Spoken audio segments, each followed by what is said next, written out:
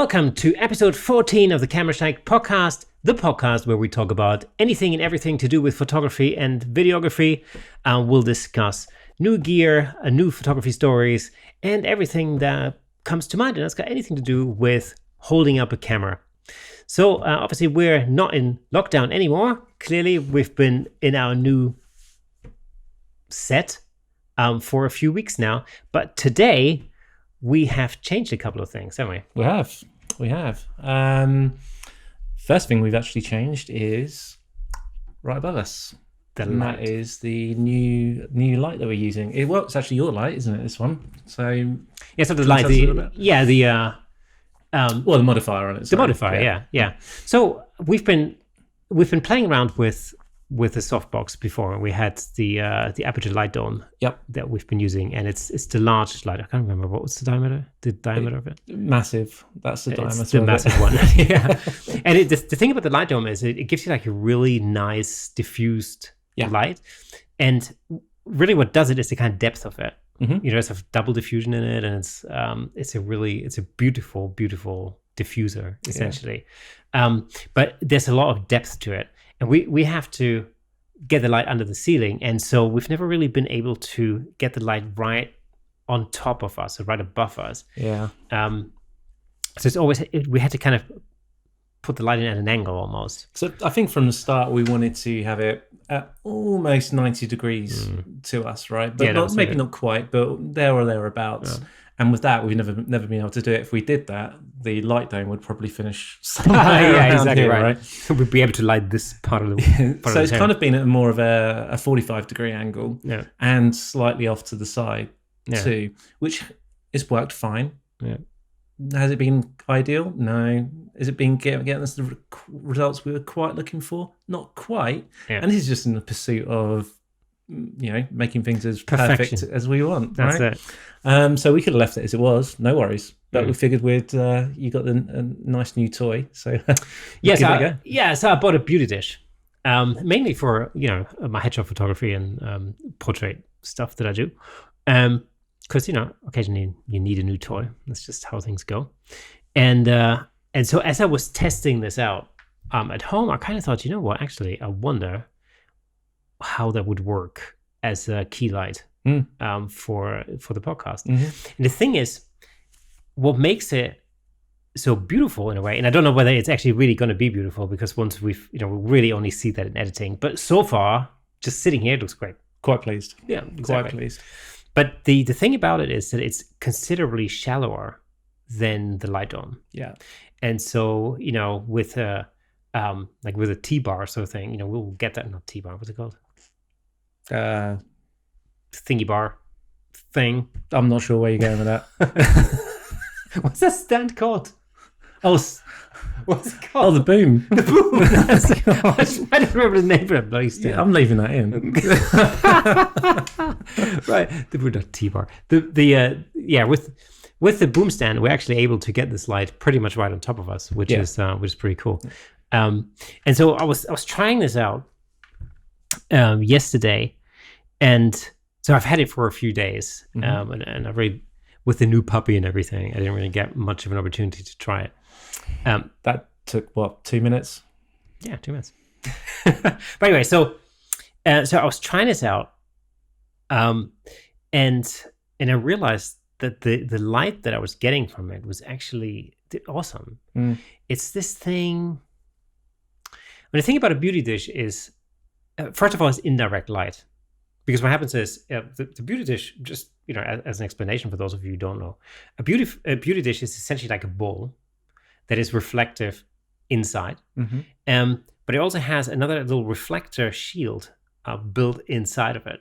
And so what happens is, as the light shoots into the beauty dish, it actually doesn't pass through. It hits the reflector inside a little shield. It gets reflected back into the pan, and that's the light that gets reflected back onto the subject. So really what you're getting is indirect light. Yeah. Right.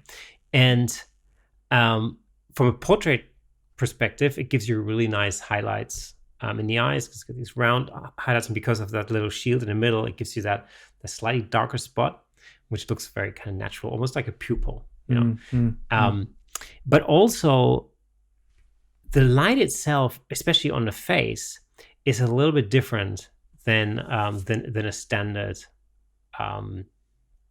softbox or an octabox or something like that. Because the thing about a softbox is that you get like really nice soft shadows, and you get this really nice soft light. A beauty dish has a little bit more contrast, a little bit more contrasty. And so what it does is it kind of carves out your facial features a little bit more. So like cheekbones, you get a nicer kind of shadow around the cheekbones, stuff like that, especially with people who actually have cheekbones. And it's called a beauty dish because it really, it has a really positive effect on skin tone. So it almost like burns out all the, well, not burn out, but it kind of blasts away a lot of the kind of blemishes and imperfections in the skin. Okay. So it's used in fashion photography a lot. And so, I kind of thought I want to use a beauty dish for my headshot photography, just to try it out really, and give it that slightly different look. And so, and as I was testing it out yesterday, like I said, I kind of thought, I wonder what that would be like as a video, light, for the podcast. Yeah. So that's what we're trying out today. The other thing I found, right? So I it comes with a grid. And of course, what the grid does is it sort of channels the light, focuses the light.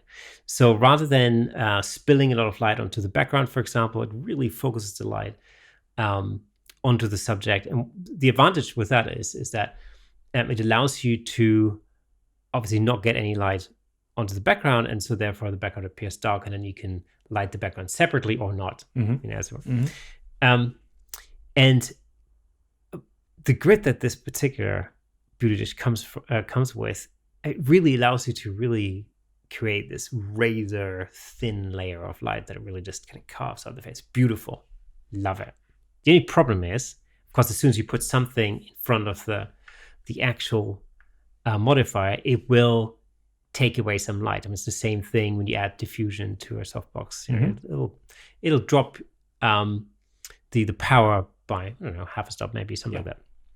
Okay, with this particular grid, guess how many stops of light that drops down? Well, I'm guessing it's more than half then.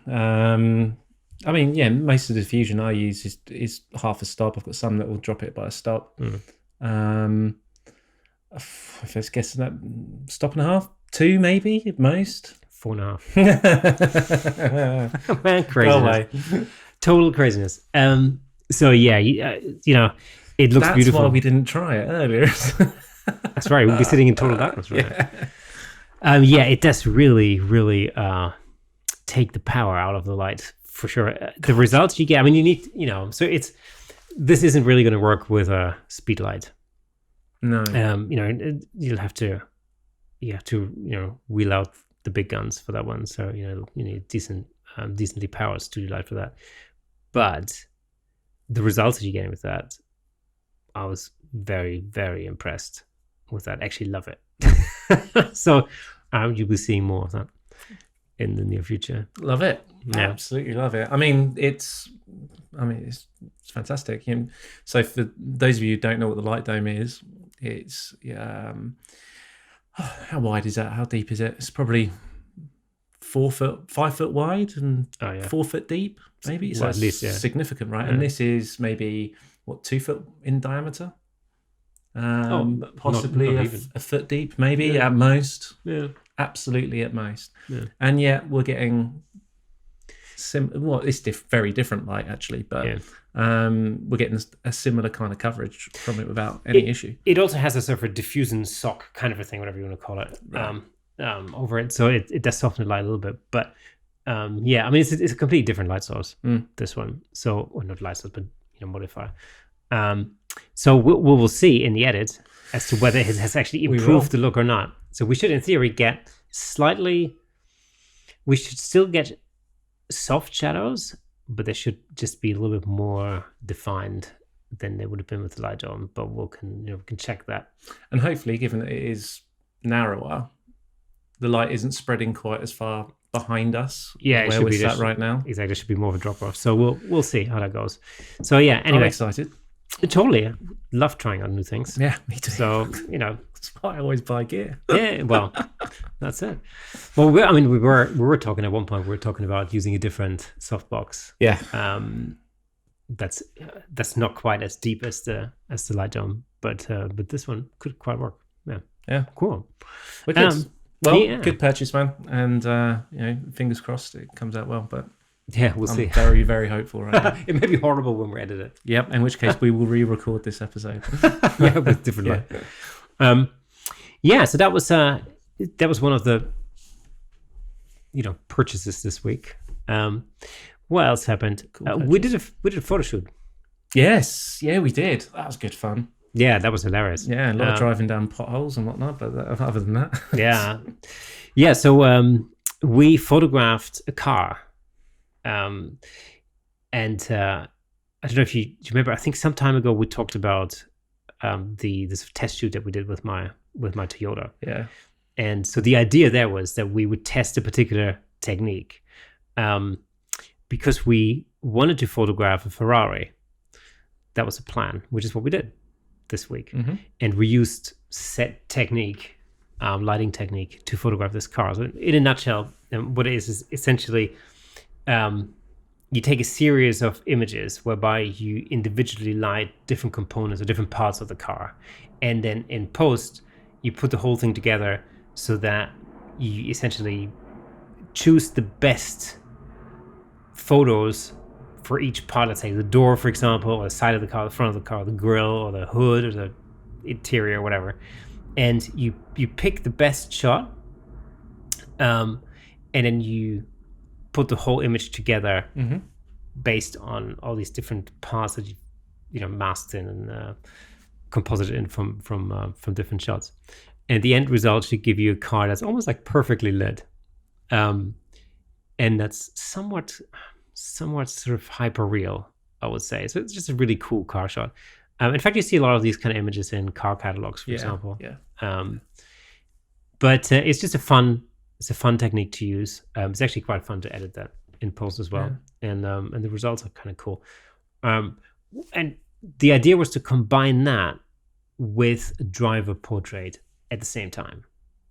So we do the car, then we do the car owner, driver stroke. And the idea was really to combine the whole thing and turn it into one photograph. And as much as making the photo was a bit of a learning curve still, and we're still refining the process a little bit, the actual making of the photo was a lot of fun. It was. So, because I think, finding the right location was that probably took most of the time. It did, didn't it? Really, and we would mess up in the morning, and we just scouted out a couple of places where we were parked, and found a couple that might work. But then we took a drive, didn't we? And we drove. Probably took about an hour, driving around the area, trying to look out spots. Thankfully, the owner of the Ferrari knows the area quite well, so kind of guided us down possible routes that might have somewhere that would work. We'd have a look, and we ultimately settled on a spot, didn't we? And took a shoot. Well, should we have been there or not? I don't know. Well, that's a whole different story. Luckily, that worked out for us. Luckily, it did work out fine. But first of all, I mean, the thing is, with cars like, low-lying sports cars like Ferraris and stuff, because, ground clearance is a major issue. So the minute you think like, okay, well, we're going to we're going to photograph this car in the forest, you think, okay, we're going to have to get the car in there, first of all. So therefore, potholes are a no-no. It's really, it's remarkable how suitable the ground has to be to even get the car in there. Absolutely. That's the thing. So and we were driving around in my estate car while we were scouting out, and I didn't even want to go over half of those. No, I know, exactly, yeah. So one of the things that happened was that we got busted. We did? Busted in the sense that we weren't really doing anything. We weren't doing anything illegal, I think. No. It's just that when you have, I think anybody who finds, a glaringly red Ferrari in the middle of a forest and sees lots of flashes going off will kind of pay attention to it. Yeah, they will. And I think we actually thought we were just out of, we're kind of into the kind of public area of the forest and not, but unfortunately we were just still by probably inches, just inside still the kind of, I don't know, what the National Trust kind of park bit of it, just by that border. And, I guess by rights, he could have popped over and said, sorry, lads, you're still in our area. You're going to have to move it on. But that's not what happened at all.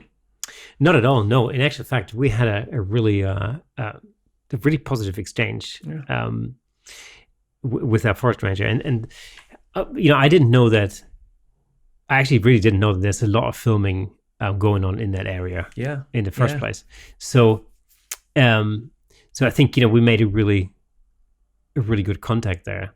And, for future reference, it's always a good idea to get in touch with Forestry England. Is it England Forestry? I think it was. The Forestry Commission or something. What is it called? I don't know. If it's incorrect, we'll add it in the description. Yes, exactly. I think it's Forestry in England. So it's a good idea just to get in touch, just to drop them an email and just to say, look, we're planning on doing this. Just because somebody might come along and might think like, what is going on with all the flashing in there? But yeah, I have to say it was a really positive exchange, and the photos came out all right. Yeah. Absolutely, and I think we sent a copy across to him as well to say, hey, thought you might want to check out the final result. Yeah, because what was funny was that he was very much interested in the car. He was, and I think what helped as well is that he was at least a hobbyist photographer. Well, as it happened, he was actually the person was responsible for all the photography and filming in his region. In his region, yeah. So he obviously has some kind of interest in it. But totally. It just goes to show. It's one of these things. Just for future reference, scouting out locations is tricky at the best of times. I think, generally, you want to find a location generally that's not overrun, by people. In this particular instance, you get the car itself to consider, because you got to get the car in safely, and you got to be able to execute the whole shoot without major disruptions and stuff like that. So finding a location for this in this area was actually relatively tricky. It was. So yeah, but I'm stunned that we came across the place that we did. It was quiet. There were no people. Well, there were two people, and I think we had a couple of others walk past here and there, but that was it. They were going to model for us as well, weren't they? We had a couple of people sitting in the car. Yeah, that's right. Nice. Well, but the car itself was a bit of a showstopper anyway. So that was it's quite a nice car. Yeah. I can tell you it's a red Ferrari. There's some numbers after it. I don't know. It's a Ferrari and it's red. Yeah, exactly. Exactly. But yeah, so sorry, Gary. So that was quite an eventful day this week. What a good shoot. It was, it was, and I say my back was hurting the following day after holding that light up. But so long. The thing that struck me with that was how good it felt to actually work as a team again. After I don't know even how many months of doing kind of almost like solo doing little photo shoots. Yeah. These kind of shoots are that's kind of the reason why I love photography so much, is because you work with a team of people on a common goal sort of thing. Absolutely. And that was the kind of fun part for me. And you meet people like that park ranger guy there as well. New contact, fantastic, absolutely fantastic. No, I like on location shooting, and of course, with coronavirus and the whole rest of it for the last and lockdown and whatnot, for the last 4 months or something, really there hasn't been much of that. Yeah. I did a couple of shoots, as you know. There were location shoots, but they were basically just me in a big building. That was it. Yeah. So it wasn't really, it wasn't like a team or anything like that. It was just like very solitary still. So I kind of felt I still felt isolated, although I was out of the house, if that makes sense. But that shoot last week was fun. Yeah, so it really was. I'll tell you what, there was one thing. Cause obviously, you edited the final result. What was interesting is that even though we've done exactly that type of shoot before, before we did that Ferrari, this time we came up against an issue that we didn't necessarily notice on the day, and that was reflections. Yeah. And when you're going through the edit, because we're in a forest location, the number of reflections onto that car was just probably almost unbearable. Well, I mean, I think every shoot has its own difficulties. I think, with this one, it was because we were in a forest and you had, sunlight coming through the leaves and the trees and everything. Yeah.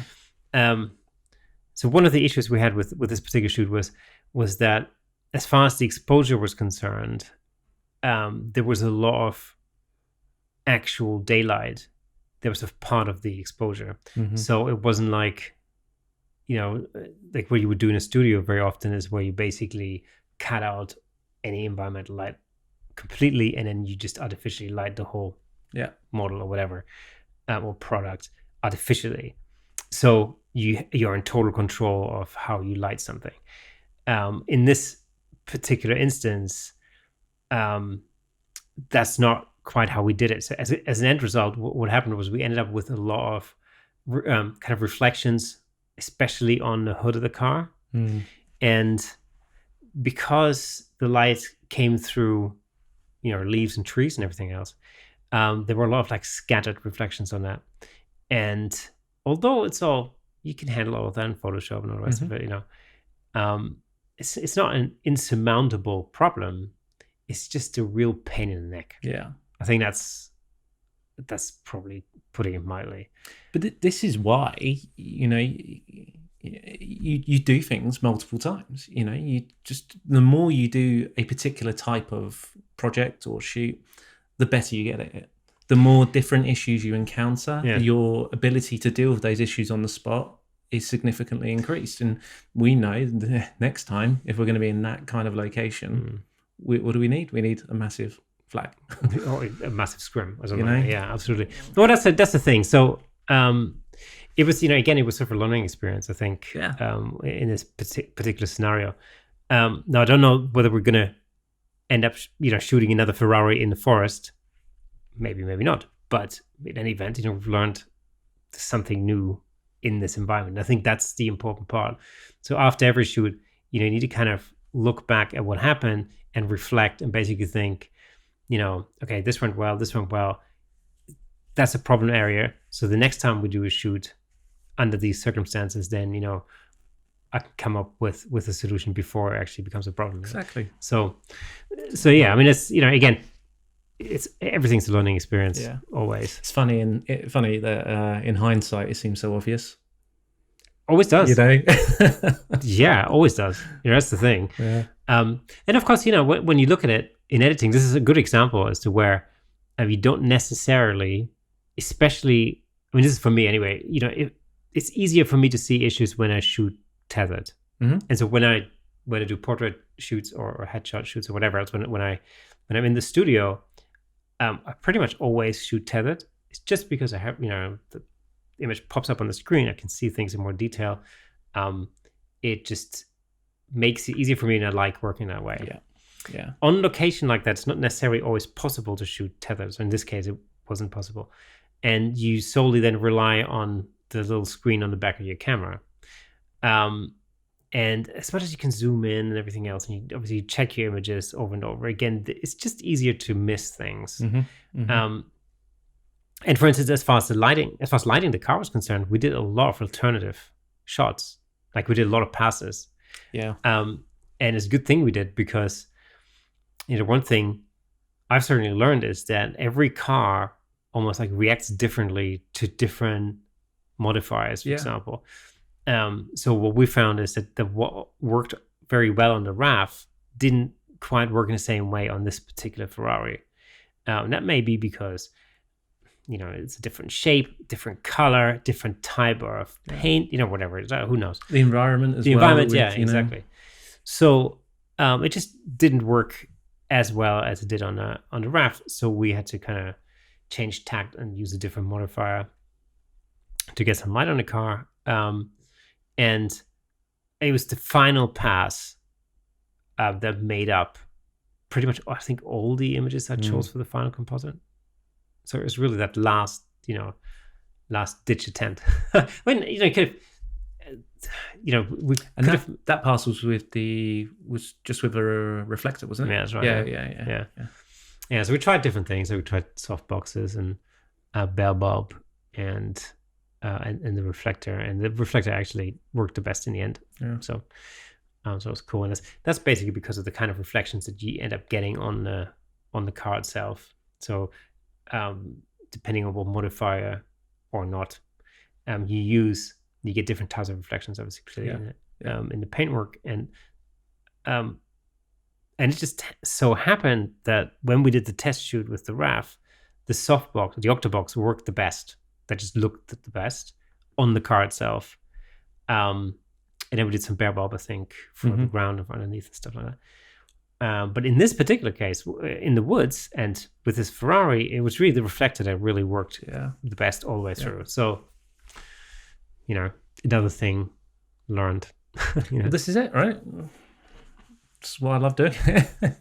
Every time you learn something new. Yeah, and that's also why it took the best part of the day.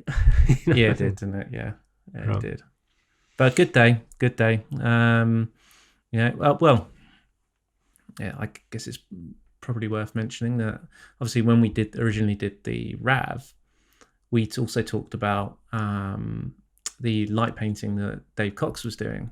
Yeah. In California of the cars. Yes. Totally different method. Yeah, kind of. But hopefully we'll have Dave on the show in the coming weeks anyway. Yeah, next few episodes. So, obviously availability between here and California is a little bit different. So, the thing with that way of lighting a car is, I find that that's a really good example where you can look at generally the topic of photographing a car, and you can immediately see that there's multiple different ways of doing it, and so you can do it like through, in the studio. Very often cars are photographed through like massive diffusers, and very often it's like a top-down kind of lighting technique and all the rest of it. Light painting, like let's call it the Dave Cox method, for the lack of a better word. So light painting like that is a really interesting thing whereby you use a long exposure on your camera, and you literally have some kind of light source that you point at the car, and you literally walk through the image. And as you move through the image, you end up lighting these components of the car. And again, you do numerous passes, and then in post, you edit the whole thing together, and you use bits from one pass and bits from another pass, and you take a background image and all the rest of it, and you put it together, and you come up with these really incredible, incredibly well-lit photographs in the end. The thing about that method, this is something we will hopefully have an opportunity to talk to Dave about in more detail, and then knowing us, we're going to have to go and try it out. Well, obviously. For sure. But the difference there is that works best in a dark environment. So it works best at night. So with what we were doing, we were literally taking individual pictures where we're literally firing a light at individual bits of the car. That's something that's easy to do during the daytime. And I think that's why we decided to use that method for the test shoot that we did, and for this particular shoot. That was because we knew it was going to have to be in the daytime. So that's it's a different method. So the exposure time is a lot shorter. You basically, like I said, you just fire a flash at a part of the car, and then you take that image, you take that little bit that you've lit, and then you composite that in with other shots that light other parts of the car, and you put it all together, and it should, in theory, look good. So again, it's a different method, but it's worthwhile experimenting with. I think when I first thought of that, that actually came from a different photo that I made, which was a beer bottle, which I did for Innocent Gun. Mm-hmm.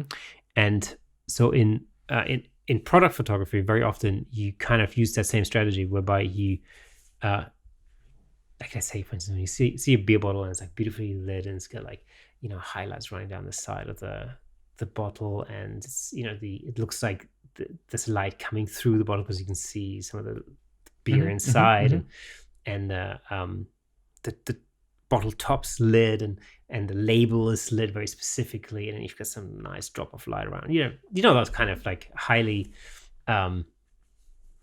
stylized kind of images. Absolutely.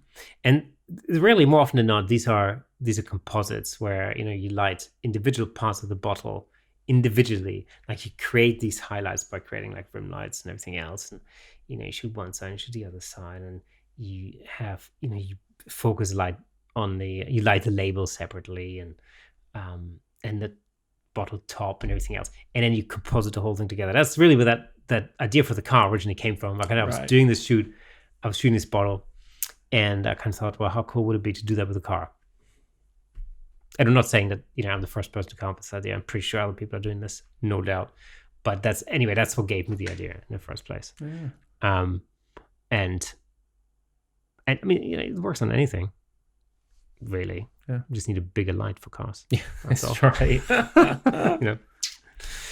Yeah, so that was our little adventure this week. I'm expecting you to bring the beauty dish out with you next time we do the car. Well, that's an argument to say that could work. It could work. It absolutely could work. We'll see. What else has happened that was exciting? Well, did another headshot shoot. Oh, good. How'd that go? That was good, yeah. It's the first headshot shoot in months. So, did it take you a little while to just kind of get yourself back into the swing of it? So the thing that I really like about headshots and portraits in general is the interaction that you have with your subject. So it's essentially the banter, right? Yep. So that's very different from the kind of solitary experience that you have when you're a wildlife photographer and you sit out in a hide, you know, and you wait for a bird to do its thing or for an animal to come along or something. Or even like when you're a landscape photographer and maybe you're hiking out to a cool location, and, you know, you take your time and wait for the sun and the light to do what you want it to do, blah, blah, blah. All of these activities are very valuable activities when it comes to photography, and I can absolutely see how people love doing these things. For me personally, I just enjoy that interaction, and I've found over the years that when it comes, in particular when it comes to headshots, you know, if you take that little bit of extra time and you kind of build that connection with your subject, the end result will be so much better. Yeah. And so you develop this tactic almost, or this ability to kind of, you know, to create that sort of safe environment, you know, where you talk to somebody and you kind of make them feel safe and secure and relaxed. And that's the biggest part of that is the whole thing about making your subject feel relaxed. Because it's when they start to relax, that's when you start to get the good, you know, the good shots. Because you got to remember, nobody ever feels super comfortable in front of the camera, unless you're like a professional model or something, you know, or even with actors. I find that, you know, actors are more used to the camera, but they're still not really that used to being photographed. It's like different. It's different. Like, yeah. It's just different. It's one thing being on, you know, on a theatre stage or you know, a proper, you know, full-on film set. That is one thing, but to have someone, you know, just a few feet away from you, snapping away, it's a very different feeling, I think. It is, and plus, you know, you're literally just, in the room with one other person. Yeah. Normally with a headshot shoot, and it's usually just me. I mean, unless it's a big corporate shoot where you have an assistant and everything else. But typically with like a typical like small headshot shoot, it's literally just me and the subject. And especially with like corporate headshot shoots, these people are not used to being in front of the camera like that, and so everybody feels self-conscious and nervous and all the rest of it. And so it just takes a little time to make somebody feel relaxed, And again, so it's that communication bit, that banter bit, that does that. And it takes a little while, or it took me a little while to develop that. And that was the thing that I felt like I was getting into it, so halfway through, but it felt like more effort to start with. So typically, under normal circumstances, in the normal world, I do these headshot type of shoots so regularly that it really is, you just switch it on and you get on with it. But after like 4 months, 5 months or something like that of not doing that kind of thing, it just took a little extra to kind of get back into it. I'm happy with the results, so technically there's no issue. They're all cool. But it was just, it felt good. It felt good to get back into it, and also felt good to actually see my subject kind of relax and get into it a little bit in the end. So that was cool. That's cool. At least you're getting into doing something with people that new clients, people that you haven't worked with before, and it's like meeting anybody new. It takes time to build a rapport with them, but when you're as seasoned as you are, you know what to say, how to talk to people to get them as relaxed with you as quickly as possible. But you do lose that touch. You get rusty. Totally. Right? Yeah. I mean, it's like not playing the guitar for like 5 months. That's going to feel rusty as hell. I'm rusty. Yeah. So, that's the thing. That's exactly how I felt like. Yeah. It's like, ugh. But yeah, so I've been enjoying this week actually, in the sense that things are starting to kind of get back into the swing of things, That's good, man. So that's good, although everything else seems to be shutting down again. Oh, yeah. So let's see what happens. We'll see how that goes. So how's the week for you? It's been a combination of a couple of different things, really. One, I've been desperately trying to relax as much as I possibly can, because after that solid couple of weeks where I was doing you don't even want to know how many hours it actually ended up being, but it was, I think, around 160. Yeah, no. I needed to. I didn't want to feel completely burnt out, so I tried to take as many days as I could to relax, and that for me is as important as working. Making sure your free time is your free time, and you are as relaxed as you can. Because it's very easy being self-employed to feel like bad if you're not working every minute of every day, or doing something related to your business. And that's wrong. You shouldn't be that way. You need to take the time to relax, because ultimately all you end up doing is being less effective. It's true. I feel this a lot actually at home, because I work from home a lot. Like I have a little an extension in my house that's doubles as my home studio, and my office area is actually kind of almost like part of the living room, if you want to call it that. Yeah. And so even on the days when I'm not doing anything, I'm still in full view of my desk and my chair and my computer and everything else, and I almost always feel guilty. Yeah. That I'm not doing anything. Yeah. And so, I thought a number of times, like, well, it would be so much better if I had a separate part of the house or a separate room or whatever, and I could just shut the door and then I don't have to look at it, and I wouldn't feel guilty, and I could actually maybe relax better. But it's just not how it is. So I've been, as you know, I've been bullet journaling, right, for some time now.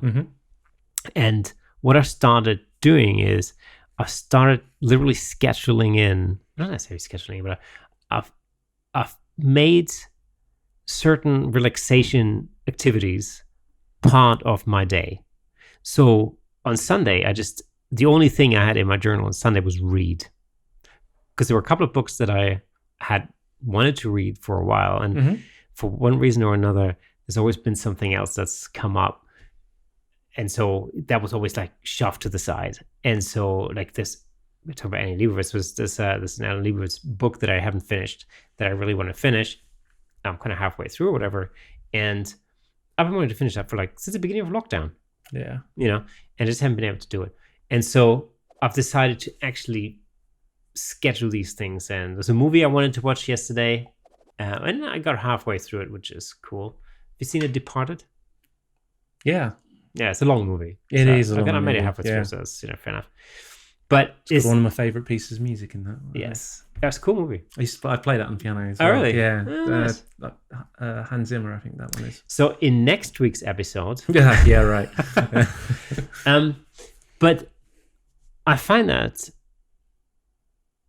it's not so much a thing of rigidly scheduling these things into my day. It's not like, I'm going to read between 3 and 4:30 or something. It's not like that at all. It's basically just putting it in so that it's a reminder. It just reminds you, like, so you stop and you kind of think and you go, hold on, I've got to actually just chill out with all the other stuff. Today, I just need to take the opportunity to actually just slow down and actually just grab a book and just, do that. I try and do exactly the same. And even on those days, my phone goes in the bedroom and it stays there. Yeah. I want, and that might almost come across as antisocial, but I need to do that to be able to also to switch off from everything I need to switch off from. And that includes social, and, I periodically will go and check, if there's any important messages about, whether it's work related or just friends saying, what's happening and that. But I need to do that because it's my only way to really switch off. I haven't quite gotten to that point yet, but so the phone is still within reach. But for a long time I didn't have any work emails on my phone on purpose. Smart move. I did include them fairly recently, a few months ago, but for years I didn't have any work emails on my phone. But I'm sort of, and although I might maybe in danger of constantly talking about the dog, but of course, so one of the things that happened this morning, it happens every morning, is that the puppy, it's a new puppy, he wakes up very early, right? So he wakes up at like 5. I'm no stranger to early mornings, as you well know. So this morning I got up and just hung out on the couch. Typically what I would do, so this is my pre-puppy, right? This would have been my typical morning. I would have gotten up at 5:30 sometimes if it was a late one. I had a lion. I'd go downstairs, I'd make some coffee, check out my phone or write in my bullet journal, whatever. And then I would literally start thinking about work and I would start doing stuff, Now with the puppy, you can't really do that because the first thing you got to do is actually deal with whatever the puppy was up to that night, right? So you got to clean up, and then usually, obviously, he's quite excited because he's just, he's just woken up and, he's just seen you, and so he's going to goof around for a little bit. But also, he's still quite tired. So actually, he's probably going to be very active for about 10 minutes, and then he'll just kick back, and then he'll have a little bit of a snooze on the couch. And that's a really cool time because you can actually hang out, have a bit of a cuddle, with the puppy. And I watched the whole movie this morning at like 5 o'clock in the morning. Oh, God. Yeah. And, I was kind of dozing off. I wasn't really actively really watching it, but I was like, coming in and out. I was like, so dozing off. But it's really good. It's a nice time. It's a nice hour and a half or something, just hanging out on the couch, not doing anything, just kind of chilling out and actually just relaxing, So yeah, slowly getting there. Getting there. So yeah. Well, yeah. So it's as I was saying, it's important to rest and relax and switch off from work or whatever it is that's going on. I've historically been pretty bad at that. It's related to that. As you know, I worked for Amazon for a very long time until a few years ago. But for my final couple of years that I was there, I actually worked from home the entire time. Oh, okay. And didn't didn't need to go to London. And that was due to my back. And actually, the doctor recommended I didn't go on the tube and trains. Actually, it was making it worse, and so on and so on. So they agreed, and thankfully, the role that I was doing enabled that to be possible. And I started thinking, I thought, right, get up early, get myself together, get on with work, and so on, go through till 6, 7 o'clock, which would have been typical for me. And then I started feeling exhausted. For what's going on? I'm exhausted. And then it just dawned on me that I'm working solidly at home during what would have been my commute, which was an hour and a half each way at the time as well. And I might have done some emails and whatnot on there, just almost more than anything to pass the time. But that's an extra 3 hours of work I was doing. And then I started considering how much time gets wasted when you're at the office. And that's people come to talk to you about this, that, and the other, stopping by your desk. And it might be work related. It might just be to have a 5-minute chat, going to get coffees and whatnot, just to get away from your screen for all that time. Your lunch break, all that kind of stuff, and a whole host of other things. You end up realizing that if you're doing and just for argument's sake, a regular 8-hour day, you actually probably only end up working for 4 of those. Did you know what I mean? Yeah. Did you ever smoke? Years ago, yeah. All right. So same. So years ago, I used to smoke. I feel really, really bad about this. Anyway, when I stopped smoking, one of the first things I realized was how many hours per week you save by not going for a quick fag. Yeah. Oh my God. Yeah. I mean, and since we're in the UK, by the way, that means cigarette. That probably did make some clarification. Making it perfectly clear. Yeah. Anyway, so, because that's what happens if you're a smoker, and especially if you work, especially back then, and you worked in a place where there were other smokers, it'd be like, you come for a quick smoke. Okay, great. And then, that was like, 5-10 minutes or whatever, out of the day. And then the same thing happened several times. And then really, if you think, across a week or a month, that just adds up dramatically. Yeah. And it's not only the time that you spend away from your desk or something, you're smoking, but it's also, because then you need some time getting back into it. And so it's like the whole thing just multiplies, and it's absolutely does. And it makes you like, and of course, this is addiction for you. Like, when you're as a smoker, when you get to the point where you really want a cigarette, there's that 10, 20 minutes before you have a cigarette where like your whole body goes, oh, I just want a cigarette, I just want a cigarette. Yeah. And all your thoughts just kind of evolve around that. And so whatever it is that you're actually supposed to be doing, you're not really going to be doing it very well, because all you can think about is the next cigarette. So, breaking these shackles. Yeah. And the other thing is, if you're working in an office in particular, if something annoys you, or someone annoys you, or whatever happens, an email comes in, what? Yeah. If you're a smoker, or certainly when I was a smoker, your automatic reactions are, right, I'm gonna go have a cigarette. And yeah, exactly. When you're a non-smoker, you don't really think. You don't think that. You might get up from your desk and walk around for a second, or grab some water, or whatever it might be. Yeah. But you don't go take 10, 15 minutes to go have a cigarette. I think I've realized that I've just simply replaced my nicotine addiction with coffee. Yeah. In the end, I think that's what happened. Cool. So have you come across any photo news this week? One thing caught my eye, which was a surprise and not a surprise all at the same time. Mm-hmm. And that was that obviously both you and I are big fans of Manfrotto gear.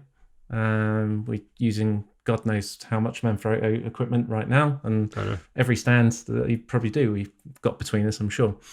They started to do, or they just announced, or are pre-releasing gimbals. 2 of them. Oh, okay. Slightly smaller one that can hold slightly less weight, and one that can hold a lot of weight. And I think the smaller one is going to take somewhere between 4 and 5 pounds.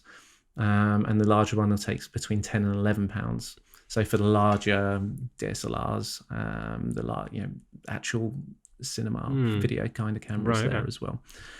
And it just struck me that A, why haven't they done that before? And B, why are they doing it now? And there's not a lot I could find on the gimbals themselves, other than they are both identical, other than one's bigger than the other to take the additional weight. That's the only difference, it seems. They're generic kind of functions on there, everything you'd expect from a gimbal. Akin to the Ronin S, the larger one, which is the one that I have, just so you know which one that is, and the Ronin SC. Okay. Pretty sure that's right, SC, which is again just the slightly smaller version. Okay. So it's kind of that style. They're on pre-release. Will they be any good? Who knows? A big part of me wants to say they're going to be excellent because everything they do is excellent. And if they've taken this long to get round to doing one, then surely they've been spending that time developing it and get it right. The other part of me thinks, well, are they just getting into the game because they feel they have to? So I did read, there's a bit of talk going around that these might actually just be third-party gimbals that have got the Manfrotto name across it, which also might make sense. Probably makes business sense. If they make a great gimbal, then sure, why not? Why spend all of your time and money when that already exists? So I don't know. I really don't know what to expect from these. They look great. They look like Manfrotto. They're black and they got the red trim everywhere. But so in comparison to the Ronin or the Sichuan, I still don't know how to pronounce that name. But anyway, was there anything feature-wise that stood out for being? I didn't see much. No, I didn't see much. I couldn't really. There wasn't really a full feature list there. They are doing so. They're doing the kind of the light and the heavy version, if you like, but they're also doing a sort of fully loaded version as well, which comes with a motorized follow focus as well. It's kind of already in there, and a couple of other little bits and pieces which might be useful. The other thing that they announced at the same time was basically a extendable boom that the gimbals can attach to, so you can reach it out. Now, these are going to be, if the Ronin S is anything to go by, that's a heavy gimbal. It's heavier than most, and I do struggle to hold it for any period of time. I refuse that. But having that on an end of a boom as well, I don't know if you've ever held a boom with a mic on the end for just up in the air like that for any period of time, just a few minutes, and that your arms ache straight away. Yeah. So holding a gimbal on the end of a boom sounds. You have like an A9 on there. Oh my god! At the end of that. So I don't know whether there. I'm assuming that there are going to be controls at the end of the boom to actually control it, but. So what differentiates it's the most expensive selfie stick ever. Well, yeah, true. I'm just wondering what differentiates them then. Is it like, how are they sitting like price-wise? They are in this, from what I could gather, they're in the same ballpark as the Ronins. So I think the heavier version is around $700. Okay. Which would be, give or take, the same price as the Ronin S. Okay. Well, it certainly sounds interesting. Yeah. I'm intrigued. Yeah. I am, because if they turn out to be fantastic and as good, if not better, than the Ronin S, and I need to see the weight of them, if it's considerably lighter and in quality better, I would be tempted to swap. What strikes me about this is that there's two things that strike me. One is they're coming to the party relatively late. That's one thing. Because gimbals really were all the rage a couple of years ago, 3 years ago or something, 4 years ago. God, you couldn't flick for a video without it being full of silky smooth footage. Right. And it's got its place. I own a gimbal. It's got its place. Absolutely. But like now that everybody's talking about, in-body stabilization and in-lens stabilization and the fact that with, as new models are being released, may that be from Sony or Canon or Nikon or or Fuji or whatever, that in-body stabilization is getting better and better every time. Mm-hmm. And, I've recently heard people talk about whether there'll even be a place for gimbals in the future, whether they'll be necessary, that sort of thing. So it's just an interesting thing to bring out a gimbal at this time. It is. When you've never, you kind of to come new into that, to join that game as a new player or something. I mean, it's like being a new company today and releasing your first DSLR. Hey, Pentax. I didn't want to go there. It's well, we'll see what it goes. I agree with you. I mean, all the Manfrotto gear that I own, I've owned for a very long time, just simply because it's pretty near indestructible. So I haven't actually bought that much Manfrotto gear, just simply because I just bought it once and it's been holding up. It's still perfect, right? Yeah, exactly. Yeah. I think everyone should invest into a solid tripod, at least once in their life. And the Manfrotto tripod that I own, I've used that for, I don't even know, so many photo shoots. It's a constant. And also because I like when I do portraiture, especially when I do headshots, I like to have the camera on a tripod. So I don't really do a lot of freehand shooting with that. There's a number of reasons for that. One is just coming back to the headshot thing just for 1 second, and that whole communication bit. It's very difficult to build up a rapport with your subject when you're constantly looking through a camera and you have a camera in front of your face. So once I've set it up on a tripod, it's actually much easier just to chat to somebody and then push the button and keep chatting. So you're not blocking your face all the time with the camera.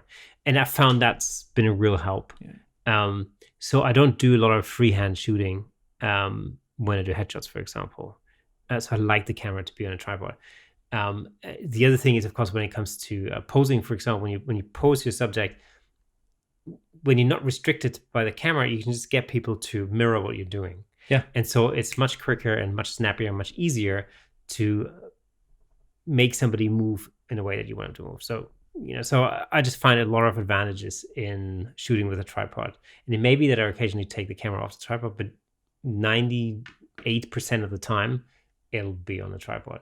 So right there, you need something that's solid. A lot of the kind of the car shoots that we've done, because the exposure time, although it's not like 20 seconds long or whatever, it's still way longer than you would need it to be camera shake free. Yeah. So again, you need to have a solid tripod. I mean, I've used that tripod.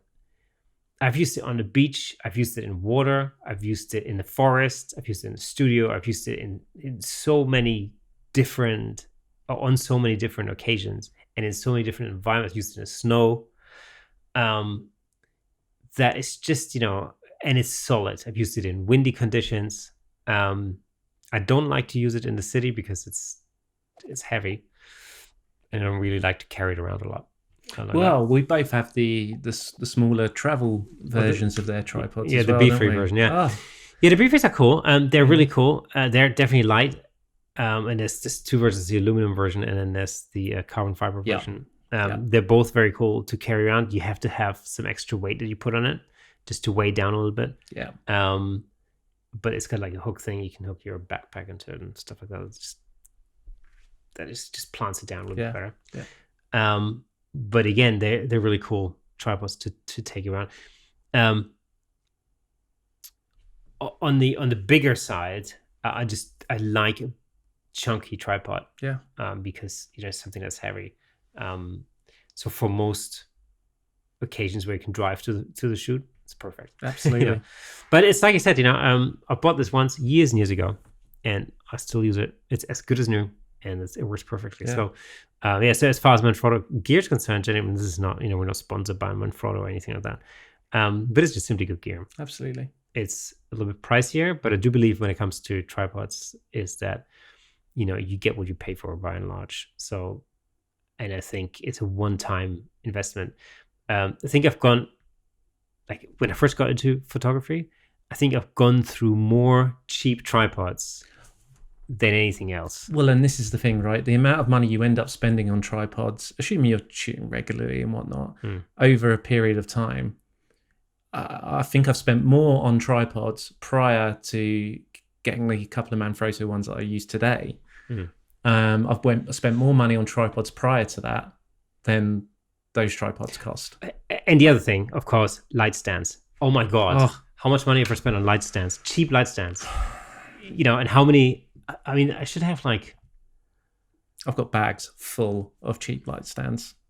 It's the same. And even just to put a tiny little LED light on, I still use my heavy duty Manfrotto ones because you don't need to, but just to put them up and down is just a pleasure.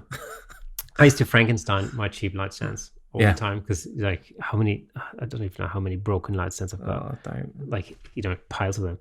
And, there's one nut missing here and one screw missing there, and you Frankenstein something together. It's just, it's appalling, really. Yeah, it really is. So again, I mean, it makes sense to spend a little bit more money, obviously, if you can afford it, and invest it into better gear, because I think in the long run, it's more cost effective to do that. I know, just like anybody, when I was first starting out in photography, I just didn't have any money, and so I bought my first set of lights, studio lights, from a friend who was moving into Broncolor or whatever it was moving into, and he was selling this 1980s set of flashes, studio flashes that literally genuinely from the 1980s, and they had no controls on them. And so literally the only way you could control the strength of the light was by moving them further away from the subject. That's the only thing you could do. I mean, they were literally, but at the time, it was a step up. Yeah, for me, at absolutely. The time. So it's cool. I still have them actually. I still have them knocking around. That's why when you're getting started out, I certainly did. When I did, had less money, didn't know if I was how seriously I was going to end up taking photography or videography. You just buy kits of stuff, right? It gets you going to get started and get things working. And then it's, and this is the same as what we said about your camera body and your lenses. There's no need to change any of it until you've reached its limit. Yeah. And, if it can no longer do something that you want to and have now reached the capability of doing, then there's no point in change. There really isn't a lot of point in changing. So once you reach that stage, then it's going, okay, now what is going to make the biggest difference, the biggest step up in what I want to achieve with my photography or videography? Well, it's, we've had this conversation many times before. And actually, I often think that if I go back to when I first started out in photography and I really didn't have a lot of money to buy lots of gear, what it meant was that I really learned how to use the little gear that I had to the fullest extent. I mean, I had these two lights, but because I couldn't afford anything else, I really knew how to use them.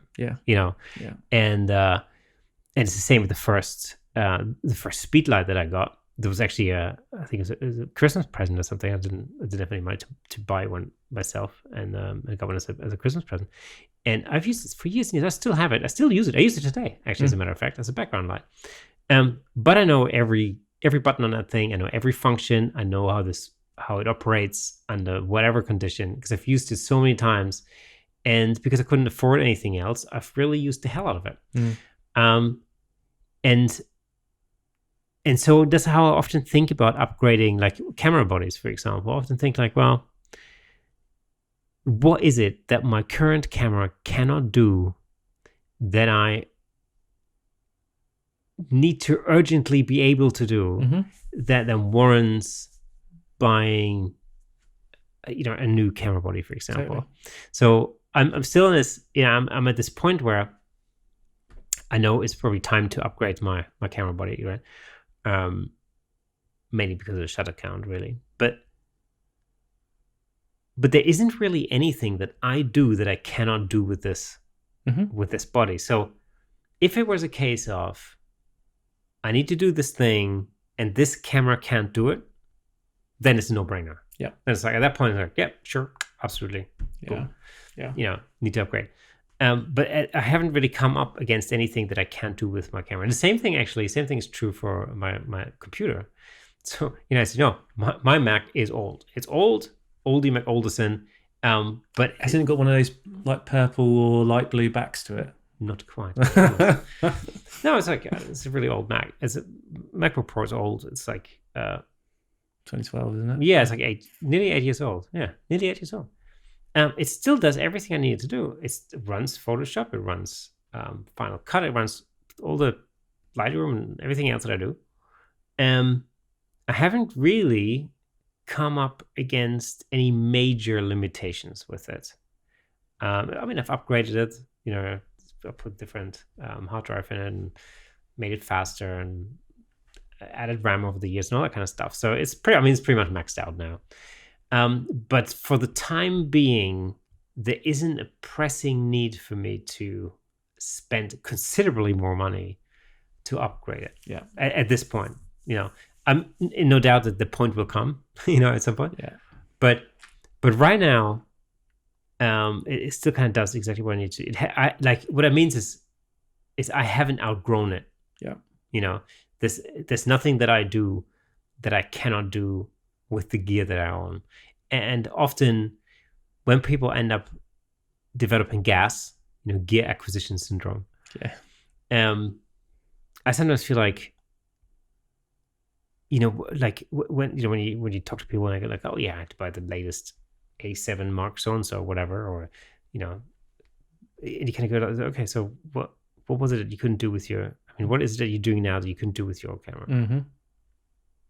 Most likely 9 times out of 10, there's really no reason other than, I just want to buy a new camera sort of thing. Yeah. But I'm really a believer of really getting down to the nitty gritty with the gear that you own. And then when you start pushing the boundaries, that's kind of when you start looking at the next step up. And I would always recommend to anybody who wants to get into artificial lighting, maybe, if you're at the point where you've shot with available light for a couple of years or something and you want to get into artificial lighting, I highly recommend for people to start with speed lights and to just learn with a couple of speed lights. They don't have to be expensive. You can buy some cheap Yongnuo, Chinese knockoffs. I still use mine. Absolutely fine, because the principle of lights are the same. Whether you spend £70 on a speed light or £800 on a speed light, the principles are still essentially the same.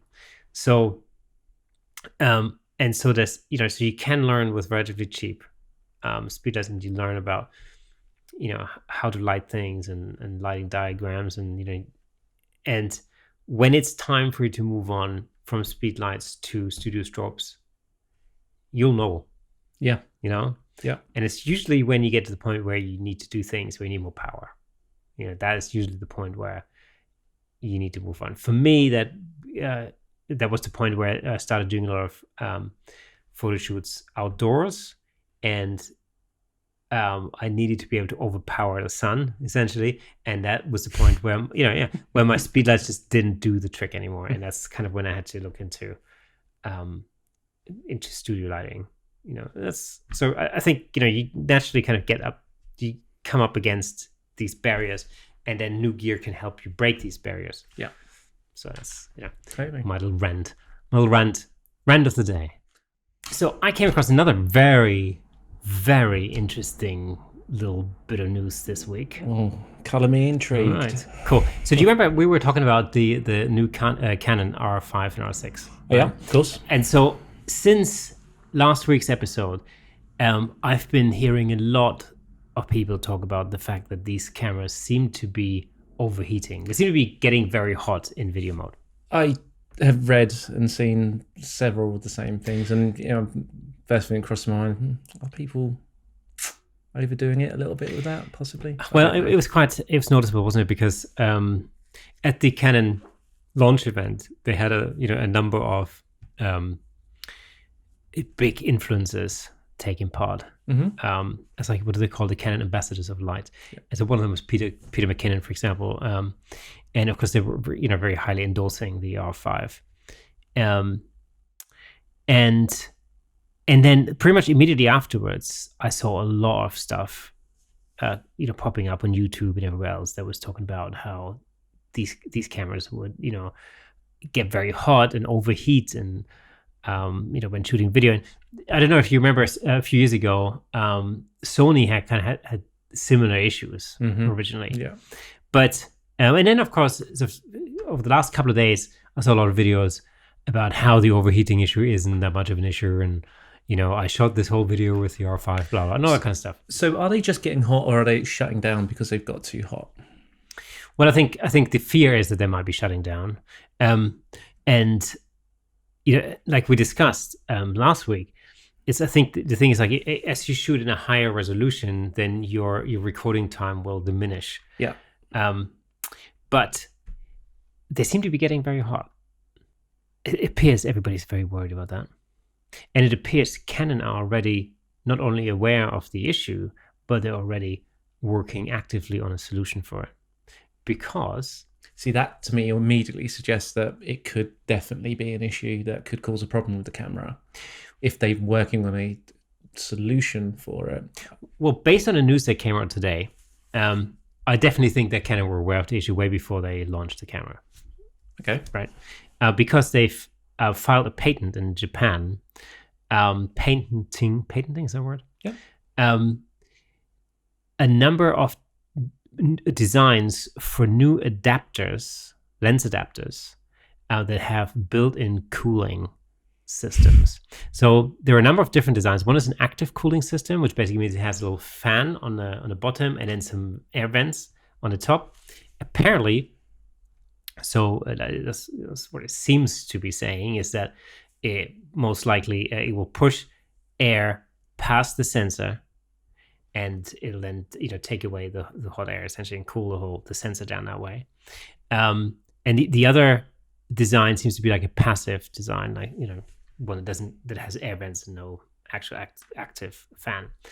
I think my immediate thought was, well, if it has an active component in it, like a fan, then what about noise? So if you're a videographer, for example, could there potentially be a noise issue? I mean, are these fans noisy or what? And the other thing is vibration. If you have a fan going around in your lens adapter, so this is like an EF to RF lens adapter. So yeah, so clearly there's going to be some kind of vibration going on. So could that be an issue? No idea. Is that maybe why they have at least two alternative designs that are just patented? No idea yet. But it does kind of strike me as somewhat interesting that this news comes out now, like a week or so after, after they announced the R5. So it seems to suggest, in my head anyway, that Canon were very much aware of that overheating issue. It's what it seems to suggest. This may, of course, just be total coincidence. Who knows? But it could be. Did they rush these models out deliberately? Well, I don't know. I mean, see,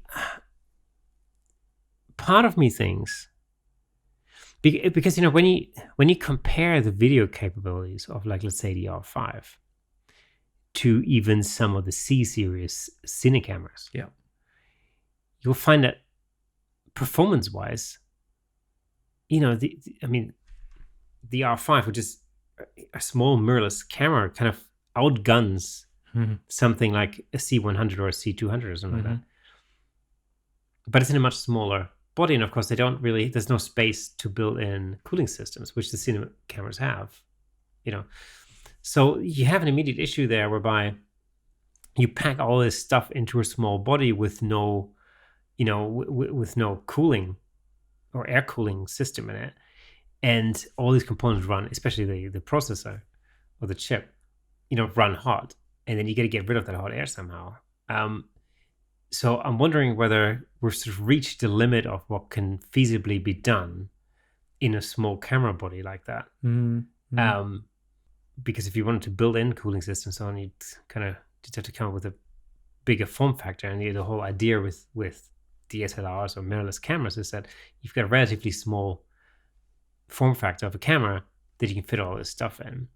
So that's just sort of my thought about this, is that maybe we've kind of come to the limit of what we can feasibly achieve? No idea. Quite possible. Quite possible. And that's, it's not necessarily a bad thing or a good thing. It's just is what it is, right? It's technology reaching its limit for what it can do, and that's fine. Unless these adapters actually work. I find it hard to believe that these cooling adapters are going to be effective without it causing any side effect, And even the passive one, if there are air vents that go directly to that sensor, it's going to get full of dust and whatnot, surely. It's possible. Without seeing these, this is all hypothetical until we actually see them in action. But that would be my first reaction with that. Yeah, there's a number of weird aspects about this, but we'll see. I mean, the other thing, of course, that could happen is that technology gets pushed in a direction where maybe the next generation of sensors won't generate as much heat or whatever. Who knows? But it's issues like this that does drive tech forward, right? And, that's fine. And with so many, with the major companies now all doing the same thing, it's got to push it forward. Of course, and we've had this discussion many times before, as all the as viewers and listeners will know. But the question is always like, do we really need to be able to film in 8K? So there's that. So it appears as though, as far as technology is concerned, you giveth with one hand and you taketh away with the other hand. So there are always consequences for these sort of things, and that's the overheating issue. Well, I don't know. It seems to be sticking around. If you remember, Sony had the same issue some years ago with their mirrorless cameras and overheating, video. And I can't remember whether it caused the cameras to shut down or not. But I remember there was a big issue there. We'll just have to wait and see. I think we'll see. Yeah, it's going to be very interesting, very, very interesting. So, but personally, I would probably steer clear of the R5 and R6 until this plays itself out and we find out what's actually going on, and if there is a fix for it, and if there isn't, what they can do is, I'm sure there's a Mark II for both of these already underway and will be out within the year. Yeah, and it will resolve this issue. I bet. So I think we should mention this month's photo challenge. Yep, definitely. And the fact that we've decided to extend the deadline because... I don't know. You tell us why, Kay. It's because that's the royal we, that really means me, forgot to put it on Facebook. Yes, right? You did forget, didn't you, Kay? Yes. It was a busy week. Yes. And not a lot of sleep. It's all right. There's a simple solution to this. Exactly. Get another puppy. No. So the July photo challenge, remember, it was all about landscapes. And when I say landscapes, again, it could be any kind of scape, any kind of seascape or netscape or any kind of scape. And all you've got to do is send your photos to, you can either send them by email, so you can send them to camerashakepodcast@gmail.com, or you can send them in via Facebook. We're on facebook.com/camerashakepodcast. You can tie them to the tail of a frog.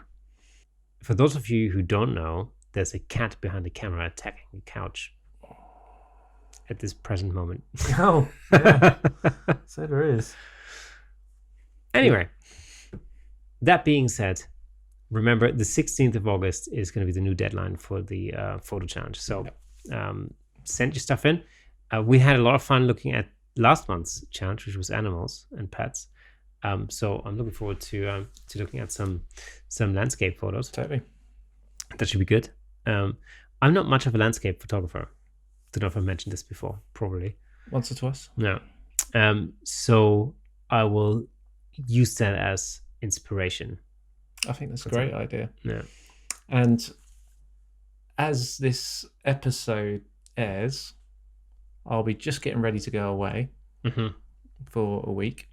So I'll be down in Devon, and so I'm going to take some photos myself. Oh, great. Yeah, that's the plan anyway. Yeah. Will I get around to it? I hope so. Well, you know, I'm taking my gear. Yeah, cool.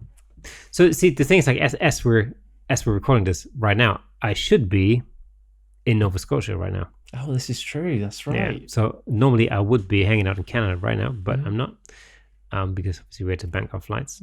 So that was my original plan, was to kind of get into the landscape game and take some photos out there. But as it happens, I am not there. Oh well. So, you know, not worth thinking about. No, and you know, we'll just. It's what it is. It is what it is. Yeah, exactly. So had we gone to Canada, we wouldn't have been able to get a dog. Is that 3 times in one episode? Yeah, probably. Anyway, new dog pictures will be on our Facebook page, facebook.com/CameraShake podcast. /puppy. /puppy. In the puppy album. Yeah. So that's it for this week's episode. This was episode 14 of the Camera Shake podcast. Can you believe that it was 14 already? Not really. I really can't. Yeah. So that means we've been doing this for 14 weeks. We have been, yeah, we have. And we're also doing a double episode today as well. So hey, there you go. Cool. So without further ado, we will see you again next week. Take it easy. Until then, bye. Bye.